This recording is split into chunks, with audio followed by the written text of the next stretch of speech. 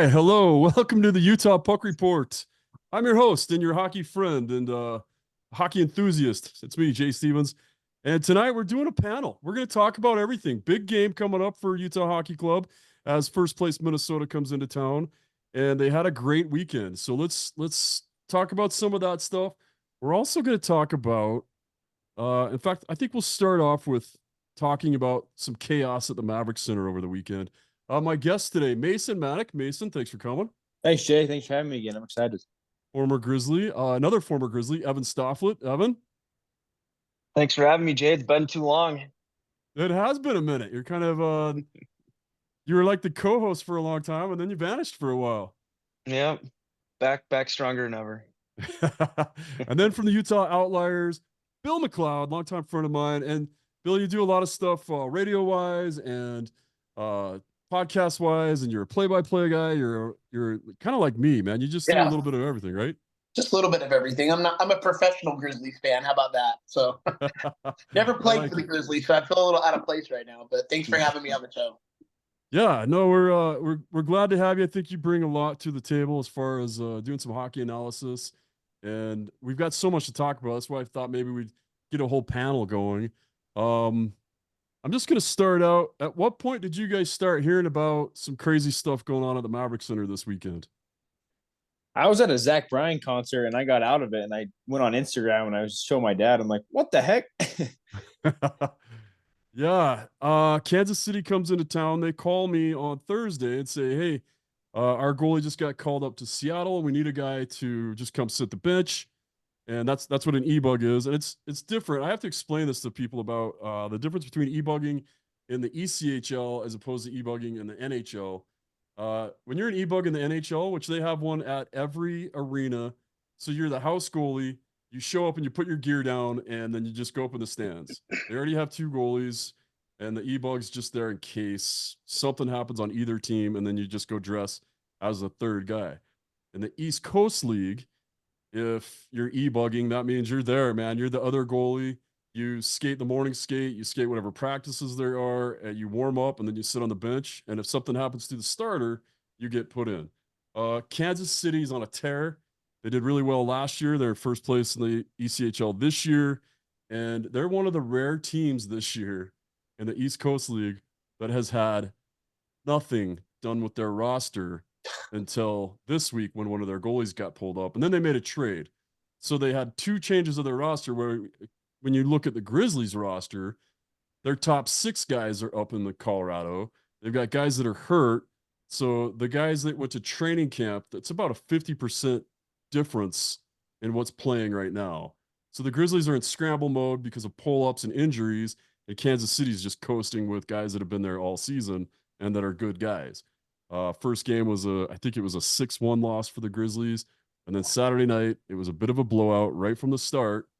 And then things got a little testy in the third period. I'm just going to show it. Yeah, let's do it. All right. This is it's just kind of fun. This is what happens. So a little bit of craziness happens in front of the Grizzlies crease. A Grizzly player takes a run at a Kansas City player. Kansas City player responds. And then the Grizzly goalie gets involved. And when that happens, if a goalie gets involved, it's the other goalie's job to at least come to center ice and say, hey, mellow out or we're going. And here they go.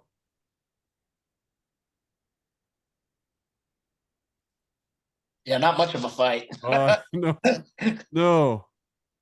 Kansas City goalie comes in about 6'4", 6'5". And funny thing about, I think that's Schill that took the beat down there. I think he got called up today by Colorado too. So good for him. Not much of a fight. You're right.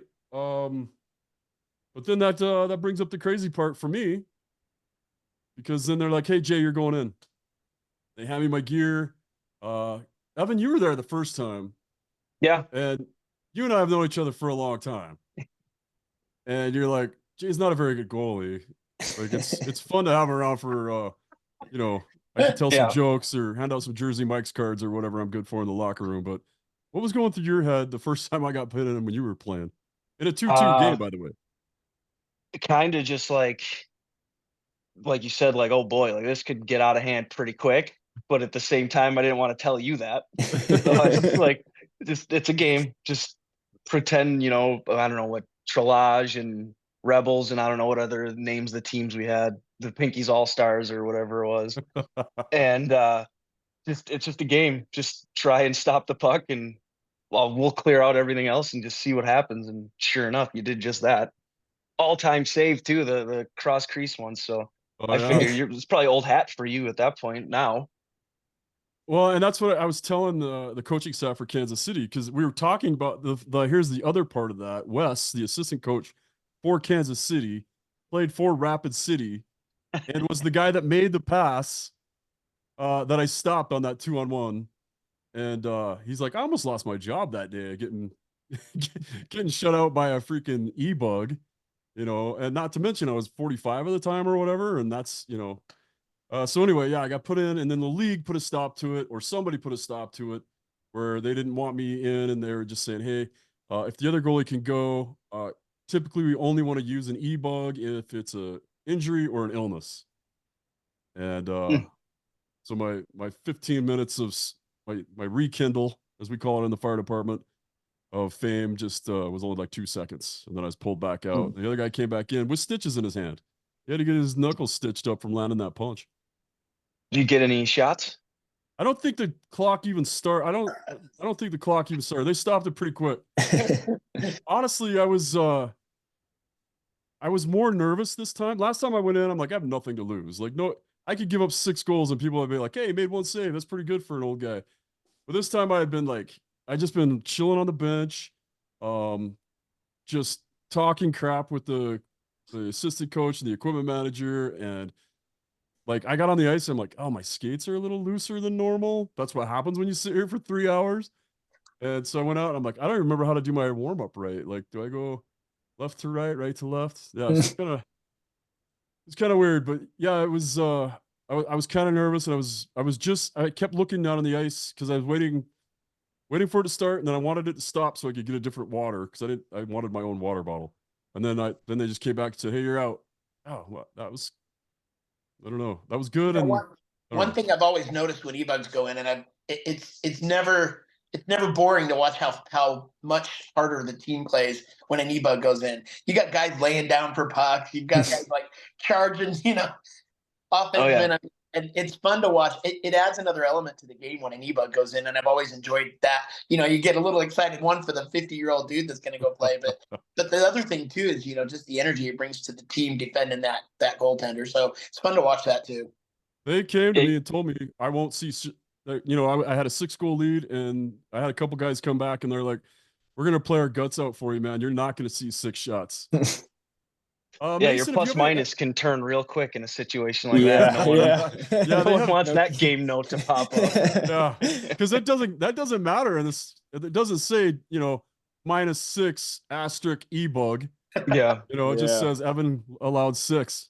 Mm-hmm. Here we go again. Evan, I remember, man. You and John, I forgot his name. Who was on the team that year? What was John's last name? Anyway. You guys were absolutely murdering people in front of me. Like, I would give up a rebound and just watch some guy get murdered in front of me to make sure protect that plus minus. I didn't realize you more defensive defenseman. That plus minus was a contract earner for me. Well, that's right. That's right. Mason, have you ever had a game like that where the e-bug got put in? Oh yeah, I got a good story for you. When we were in Rapid City, when I was playing for the Grizzlies, it was like we had like a COVID outbreak all of a sudden, and so we traded. I can't remember who it was at the time. I think it might have been Garrett Metcalf, or he got called up or something. So we had to trade and bring in a goalie from the SPHL.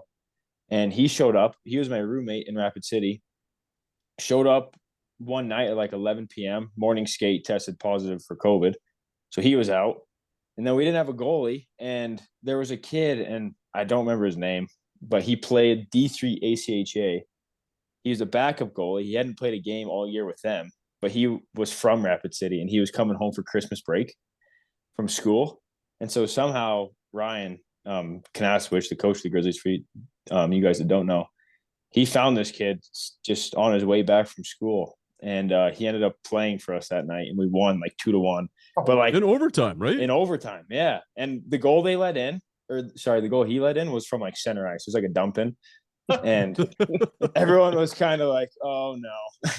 Yeah. But you talk about blocking shots. That was the name of the game. I'm sure everyone had like 64 bruises after that one, but we got it done. So I remember that game. I remember all that stuff because Kanaswich was calling me and Tegan. He's like, I need one of you guys here right now. And I was on shift at the fire department.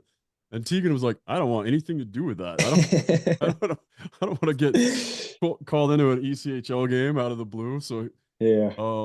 good on Tegan for being that smart. But yeah, I can't even imagine how crazy that is. And to sell out the game I got put in, Evan, if you'll remember, we were killing a 5-on-3 power play too. Oh yeah. I do remember. I was on the ice. Head spinning like, how can I pick up 3 people at once here? Something's got to give. Yeah, so an amazing night. The Grizzlies, those were bad losses, and there's no way to sugarcoat that. But I talked to a lot of fans after, and I just want to emphasize to the fans, I want to make sure everybody understands what's going on here.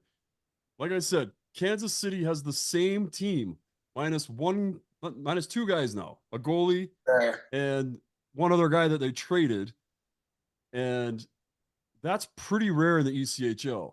And if you can have that, and that's why in history, those independent teams that they have some call-ups, but not as many call-ups, those are the teams that usually do pretty well. So if you have some of those teams that aren't being messed with as much, they're gonna do well. And the Grizzlies, like I said, they're like 10 players different than they were. And that's a lot when you only carry 23, 25 guys. Yeah. So sorry not to interrupt you, but I actually was looking into that because I know that was like a common theme when I was playing. Just the turnover guys in that league is crazy. And I looked at KC's games played, and they had 12 guys that have over 20 games played this season, where the Grizz only had 7, and it got less and less if you like compared it side by side as you went down. But that's like, I'm sure you went through the same thing when you were playing, but like the year I was there, I think from opening night to like the last game in playoffs, we probably had like 7 of the same guys. So it's like the turnover is pretty nuts, and it's hard to build chemistry that way for sure. But isn't that one of the things that brings, like, if I'm a unsigned guy and I'm looking for a place to play, and I'm like, hey, I'm looking at Utah's roster. First off, it's always moving, so there's a chance I can get in there. And second off, it's moving because they keep putting guys into the East or up into the A. Like, don't you want to go there for that because you have more of a chance of getting promoted? It's double-edged because a lot of guys go up, a lot of guys go down too. And so, I mean, that's what's wild about the league. You never know.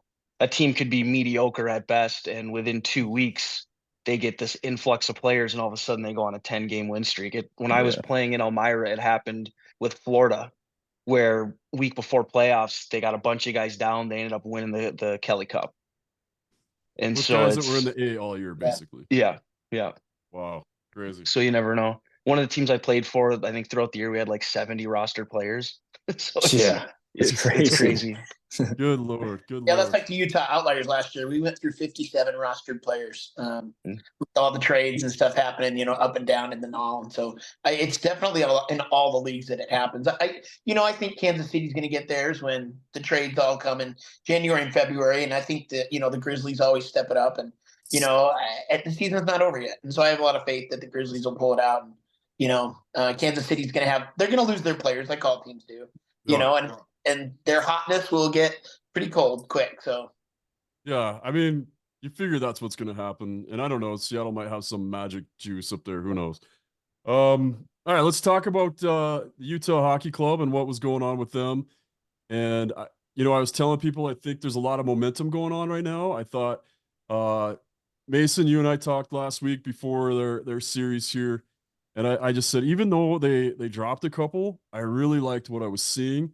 And we talked about Stenlund's game, and he goes out, picks up a couple points over the weekend. What are you guys' thoughts on the last couple games? How do you think things are going, Mason? Start with you. So much better. I mean, like we talked about the upside of this team, it's starting to show now, right? We're spending a lot less time in the penalty box is the biggest thing that we've been harping on. And the second thing we were harping on was shots. And I mean, last night against Philly, at the end of every period and the end of the game, they were leading shots. They were getting to the net. I mean, Valimaki's a defenseman, scored his first goal on a tip in front of the net. So yeah, I like the way they're playing. It's obviously working. So, You know, you bring up Valimaki, and that's a kid that's under a lot of pressure right now. Juuso Valimaki, he's an offensive defenseman. That's kind of what he's known for. I've written a couple articles about it. I try to keep my articles as positive as possible, and it seemed like maybe they were giving up on him being offensive, like they were pairing him with more offensive-minded people and letting him maybe be the stay-at-home D. But here's a quick video from Juuso talking about the goal he scored, and I think it's important to understand what this kid's going through. Basically, what he's talking about is the fact that he, you know, it's better late than never, and it feels good to finally score. And I know we talked about this a bit with Schmaltz, like the pressure of what you did last year compared to what you need to do this year. And with everything being brand new and exciting here, Evan, as a defenseman, what's the pressure like to score? Do you know if you're supposed to score, or is it just like, all right, that guy's supposed to score and I'm just going to look for my opportunities every once in a while? Or how does that work for a defenseman? Yeah, everyone kind of has their role, knows what they bring to the table. But when you, once again, you have a newer team, a younger team, everyone's still kind of figuring that stuff out. Like this is when these hiccups happen. And so, the fact that this stuff's happening now, and it's, I mean, realistically, it's still early. That's when you want it to happen. They learn these lessons. He pots a couple here and there. Confidence starts to build. Your teammates, they believe in you, and then you just kind of start rolling. But I mean, yeah, it's one of those things where transitioning from level to level, team to team, you have to kind of sometimes relearn where your best assets are. And if you were scoring, a lot in the American League or junior or whatever, might not necessarily translate into the NHL. You got to kind of figure that out. And, it's a constantly evolving game. And that's what makes hockey for me so much fun, because like when I transitioned over to Europe, became a completely different set of, rules for me. And I became a different type of player because I was allowed to, and I had to kind of figure that out, how to be useful on that side of it. And I mean, it's obviously a different size and different scale there, but it's no different, in the NHL. Was that something you figure out, or is that something the coach tells you, like, hey, this is what I want you to do? Or is that just a mix? It's a mix. It's both. Usually when the coach comes to you, it's like, all right, you might be kind of on your last leg. Like, this is what we need you for. This is what we got you for. But once again, it's just motivation. Like, all right, at least if someone's having that conversation with you, they believe that you can do it. And I mean, you just got to put the pieces together and figure out a way to do it. Mason, you ever go through something like that in your career where you're like, all right, now I got to kind of change how I play? Like, cause you were, what was your role in juniors compared to what it was like with the Utah Grizzlies? Probably very, like, the transition was probably very, trying to think the best way to describe this, but I got a lot more opportunity with the Grizzlies. And so my role kind of got bigger and in a much better way for me. Just Ryan gave me a lot more opportunity, power play wise, penalty kill wise, just top six wise, all that stuff. So that was a good transition and a little bit of surprise for me, I guess. But like Stoff was saying, like, your role changes so much and you kind of have to learn to adjust. But if, like, going back to Valimaki, I mean, he gets scratched a couple games, right? And I know we mentioned a couple weeks ago that when I played against him when he was in Tri-City, like, a super skilled guy. But you hear when guys make that step to AHL or to NHL, like Trevor Lewis is a good example of this, right? Like, he tears it up in junior, like, puts up a ton of points, and then makes his whole living being a glue penalty kill type guy. So, I mean, it's just being a professional and being some of the best in the world. Sometimes that's one of the best assets you can have, is just adaptation. Yeah. Great point. Great point. Let's get to what coach was having to say. Let's see. Just lost it. Oh, one of the videos went away. Anyway. I'd like to add something too. Evan was talking about, being able to evolve as a player, and, it's a characteristic that young teams don't have, and that's what's really scary about the Utah Hockey Club is watching them learn so early in the season how to adapt to the injuries and to the player roster changes. And and poor Schmaltz can't beat video evidence. But what's happening with the Utah Hockey Club right now is they're learning quicker than a lot of the other teams are, and you can go one of two ways when you start losing games. You can go in the toilet completely, or you can find a way to like pull some out. And I think that's what the Utah Hockey Club's doing right now. And I think that's why some of these teams, especially with Minnesota coming up, they're a good team. But when you've got a team like Utah that's figuring things out like this, with what they have, that can be a pretty deadly kind of a characteristic to go up against. Yeah, that's a great point. That's a really great point, actually. Let's hear what Andre had to say. PK, we scored a big goal in the power play. Did you know under PK, and we did a good job against that. Our PK was really solid, so that's really good. Our goalie did a really good job. I like our game. How did you feel? We talked a lot about the rush, against the rush, rather. Yeah. How'd you feel they fared today? I think we're pretty good. I think I like the way we play. We defend, leading by one and starting the third, and we gave up 6 shots, I think, in the third or something like that.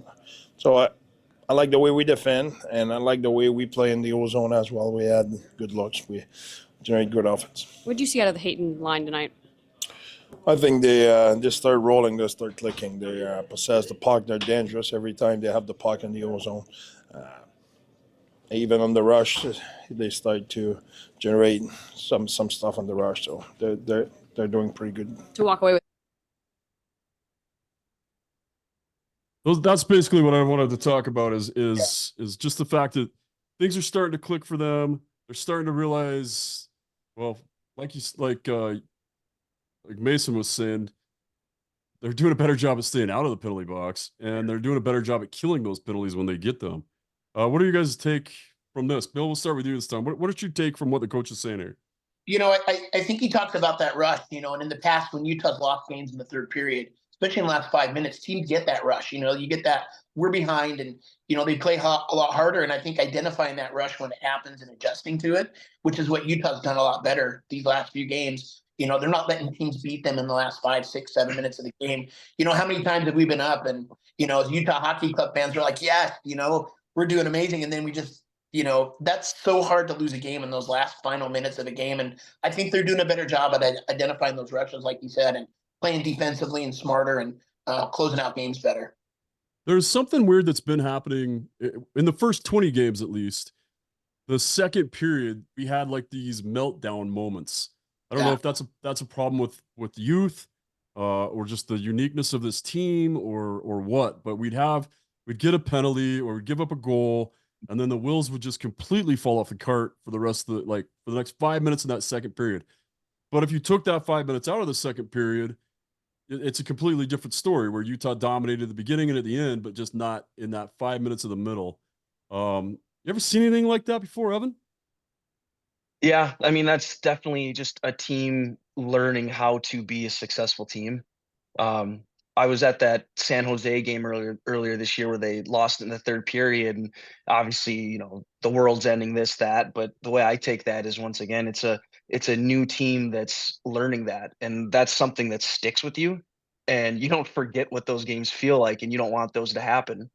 Fast forward now a couple months later, they're entering the third period, 1-goal game, and they only allow 6 shots. That's a team that's learning how to deal with that and close those games out. And that's how you become dangerous. And, that's when you watch other teams in different situations in their makeup, like when, the Avalanche come to town, you see they know how to do that. They went through all these bumps and bruises and all that stuff. And that's Utah learning to be that type of team. And I think they can be doing it this quick with how much the turnover and just the craziness of the whole environment of Utah having an NHL team to be able to kind of remedy these things this quickly. Fast forward to 2 months from now, what's it going to look like after they get that confidence? Like, okay, this happened, we learned how to do it. We can hold 1-goal leads. We can sew up those 5 minutes, because that 5 minutes doesn't seem like much, but I mean that's literally the difference of those top tier teams that make those long playoff runs that, you know, every year in and out, it's like, well, they've got a chance. Yeah, Mason, have you ever played on a team like that just had a roadblock where every once in a while something would happen during a game and you could feel like the rest of the team going like, oh, here we go again. And if so, how do you get out of that? Yeah, no, for sure. I think, and something that we've kind of said is, I mean, for these guys, 82 games, that's a long time. I mean, there's no team ever that's going to go 82 good games, right? It's just the way it is.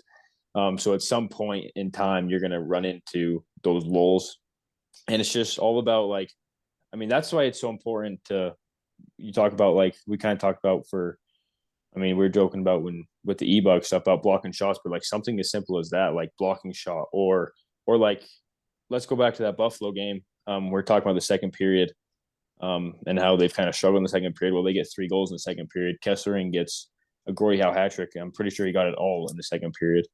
And I mean, you go back to whether that's a fight, whether that's a block shot, penalty kill, whatever, just little things inside of a game can transform into a successful rest of that game and beyond that, right? So Yeah, pretty impressive. So Utah Hockey Club has gone through some bumps and everything's looking great. Looks like we're kind of moving in the right direction. And then if you look at the next 3 games in the schedule, we've got first place overall with 40 points already, the Minnesota Wild. And everybody's been texting me asking me if Flower's going to play it. I'm pretty sure he's not. I don't. Gustafson, their starter, and Fleury played the other night. Bill, did you have anything to say to that? You know, I was, you know, when you ask like what's up with the Minnesota Wild, and I think the things they're doing well, like they're playing both ends of the ice. You know, you've got Gustafson, and he's just guy's thick. You know, and when you have a goaltender like that, and you're scoring like, you know, we've got the leading scorer in the NHL, and it's like everything in between just kind of fits together. It's kind of like Oreo cookie. You know, you got the cream in the middle, and everything's just good, and it's wholesome. You know, and so you know, but I think, you know, when you come up against a team like that, and you've got a look what we did to Vegas. You know, like Vegas was on all thrusters when we faced them, and so a team like the Utah Hockey Club is just, you just never know what's going to happen. You know, so you never know which team's going to show up, and I think Minnesota's probably preparing for that. And so, but in the end, when you know you got Gustafsson, and let's say you pull him, and you put in Marc-Andre Fleury, like he's like, as a team, you're like, gosh, you can't get a break. You know, so. Yeah, they went from the hottest goalie right now to one of the best goalies of all time. Yeah. Yeah, and so, you know, Minnesota's looking good that way as long as they can stay healthy. I think they're going to have a great season, but I think it's going to be a good game against the Hockey Club. So we'll see what happens. Yeah, I'm pretty excited about it. After that is Colorado, so that's tough, and then San Jose, who all of a sudden is on fire and just putting up goals in bunches. So, good tests this week for the Utah Hockey Club. I think I'm going to go out on a limb here, and out of the 3 games coming up this week, I'm going to say they go 2-1. I would agree with that. Anyone else? I like that pick. I do. They seem to, like, from what I've seen, is it like when they play against the better teams, they play a lot better, right? It's like when they play against like a lower ranked team in the league, sometimes there's a little bit of mental slip up, I see, but when they play against the good teams, they really dial it in. So I think the Minnesota game and the Colorado game, that'll be fun to watch. Yeah, I'd agree. I'm pretty excited about them. And then after this week, I think we need to get together. I have an interview coming up this week. I think I'm gonna with one of the players on the team, obviously, because that's really what the podcast is all about. Is really getting into those deep questions, you know, because I'm so deep. Or it could just be me talking equipment with Vamelka, something like that. But anyway, and after that, let's get together next week. What do you say? We get the rest of us together and break down some more hockey games, and I'll try to schedule this when Tegan's here so we can run all the video, and that way, even if I didn't realize in the last 8 years we've barely showed any video because the majority of my downloads are downloads for people to listen to, but now more people want video, so we're gonna make this both visual and audio for everybody. So we're gonna try and make it better, and we're just gonna keep growing and getting better every week as we can. And it helps me to have you guys talk about it. You guys all are experts, and I think it I really enjoy listening to what you guys have to say. It helps me figure out things more, and it gives me a lot to write about because I'm not a writer, and all of a sudden I have to write. So I just steal all your guys' ideas and put them into words that make it sound like I thought of it. Perfect. Yeah, so Works for me. I need to Yeah. keep having you guys on the show so we can do that. You guys make me look smarter. All right, Mason, you got anything? Tell us a little bit about your company on the side. What do you got going on? Tell us about your cleaning company. It's called Endless Organized Solutions. We're kind of like a luxury organizing to any residential or commercial need. We've done some warehouse work to kind of dial in companies' inventory, prevent them from overbuying material, prevent them from having any lost material kind of thing. And then residential wise, that one's pretty fun. That's kind of up to the homeowner to customize how they want their pantry, closet, kitchen, whatever to look. And we go in there and transform it and make their lives easier in the end. So it's been pretty fun. What's the name of it? Endless Organized Solutions, and we're on Facebook, Instagram, all that stuff. No website yet, but oh, come on, we'll get there. find Mason Mannek online. Evan, what do you got? Tech sales. Since I stopped playing, got set up with a company that works with ex-athletes and veterans to help them transition into outside of kind of what's been their identity their whole life, and using those skills to transfer into sales. So been doing that for about a year now. Like it. Anyone listening, veteran or an ex-athlete that's looking to maybe try something new, the Shift Group it's free training to you. They'll help place you in a job. So it's a win-win setup for anyone looking for something new with that type of background. How do they get a hold of you? Evan Stoflet at gmail.com. Give me a call, 801-953-8272. Love to help someone figure out their next step. I can't believe you just gave your number out over this. Interesting. It's exciting. Drunk, here it comes. Bill, tell us about the Outliers. What's going on, man? We just came off of a pretty interesting season with the Idaho Falls Spud Kings. That's not the weekend. We're struggling just like the Utah Hockey Club was with trying to figure out how to handle that rush, taking leads into the third period and not holding on to them. So we'll get there. Great team. We got a really big weekend coming up in 2 weekends with our holiday Christmas game. So looking for do some stuff with the Utah Food Bank, of course. And it's an exciting time of year for us to help make a difference. And, junior hockey is a lot of fun. And there's, this NCDC program we have right now is, gosh, in the West, it's the talk of hockey right now. The way we're growing, and teams are looking at coming from the NAL to join the NCDC, and so it's been a lot of fun watching it all evolve, and especially the new rinks going up, the 5,000 seat facility up in Idaho Falls, and then our rink getting finished in Park City this year too, which should be it's the first privately owned rink in Utah, which is exciting for the Outliers to be able to have that. So. Lots of good things happen with the Outliers with Paul Taylor and Kevin McCloskey, and especially with the youth program and the stuff they're doing here in the Valley with Ryan Smith to help kind of boost that up. And I'm excited. I'm kind of in the middle of it. I get the back seat, in the car, kind of ride along. So, but being a part of it's such an honor, especially to be able to do stuff like this. So. That's amazing. Well, we're gonna have to talk more about all that. We'll definitely cover some Outliers stuff. And guys, I can't thank you enough for taking the time to help me break down some hockey, and looking forward to doing it again next week. Yeah, thanks for having us on. Thanks, Jay. Thank you. Let's do it. Sounds good. Thanks for joining us for another episode of the Utah Puck Report. Please like and subscribe wherever you get your podcast. Rate us, leave us feedback, let us know what you want us to do better. Big thanks to our sponsors, Only Crowns. Love having a dentist sponsor for the hockey podcast. Check them out at onlycrowns.com. Thanks to KSL Sports, the Utah Hockey Club, Madison Miller, and Tegan Stevens for producing. And thanks to the American Hitmen for that awesome intro song. We'll see you next week.